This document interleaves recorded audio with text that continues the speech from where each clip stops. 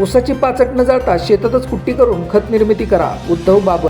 पर्यावरणाचा ऱ्हास मानवाच्या मुळावर येऊ लागला असून बिघडलेले पर्यावरणाचे संतुलन अनेक संकटांना निमंत्रित आहे. अधिकाधिक अन्न उत्पन्न करण्याच्या नादात जमिनीचे आरोग्य बिघडले आहे. ऊसाची पाचट न जाता शेतातच कुट्टी करून खत निर्मिती करावी असे आवाहन महाराष्ट्र शासन कृषीभूषण पुरस्कार प्राप्त उद्धव बाबर यांनी केले.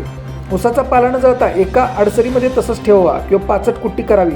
त्यामुळे त्याचे मोठे फायदे असून हेक्टरी 1 ते 1.5 कोटी लिटर पाण्याचे व सुमारे 100 ते 150 युनिट विजेची बचत होत असल्याचा निष्कर्ष पुढे आला आहे. पाचटच्या आच्छादनामुळे भांगलणी व मशागतीच्या खर्चात व श्रमात 50% बचत होत आहे. शेतात ओलाव्याचे प्रमाण जास्त काळ टिकून राहते. त्यामुळे पाण्यातील अंतर वाढले व जीवाणूंची संख्या वाढून ऊसाची चांगली वाढ होते. ऊस क्षेत्रातून एकरी 5 ते 6 टन पाचट मिळते. त्यापासून 2 ते 3 टन सेंद्रिय खत कोणतीही वाहतूक न करता विनाखर्चात ऊस पिकाला शेतातच मिळते. ऊसाच्या उत्पादनात एकरी 4 ते 6 टनाची वाढ होते. पाचटच्या पूर्ण आच्छादनामुळे जमिनीच्या पृष्ठभागावरून होणाऱ्या बाष्पीभवनाचा वेग कमी होतो. पाचटाची विघटन होत असताना त्यामध्ये असणारी अन्नद्रव्ये उदाहरणार्थ नत्र 40 ते 50 किलो, स्फुरद 20 ते 30 किलो, पालाश 75 ते 100 किलो ऊसाला उपलब्ध होते. पाचटातील सेंद्रिय पदार्थामुळे जमिनीचे भौतिक रासायनिक गुणधर्म सुधारतात व जलधारण शक्ती वाढते. पाचट कुजत असताना त्यातून पिकाला आवश्यक असणारा कार्बन डायऑक्साईड वायू बाहेर पडतो.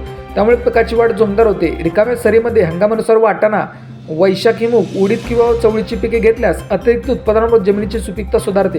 पाचट न जाळल्यामुळे महत्त्वाचे फायदे होत असून पर्यावरणाच्या रक्षणाला फार मोठा हातभार लागत आहे. अशाच बातम्यांसाठी जिल्हा साताराच्या सर्व सोशल मीडिया प्लॅटफॉर्मला फॉलो करा. व्हिडिओ लाईक, कमेंट आणि शेअर करा.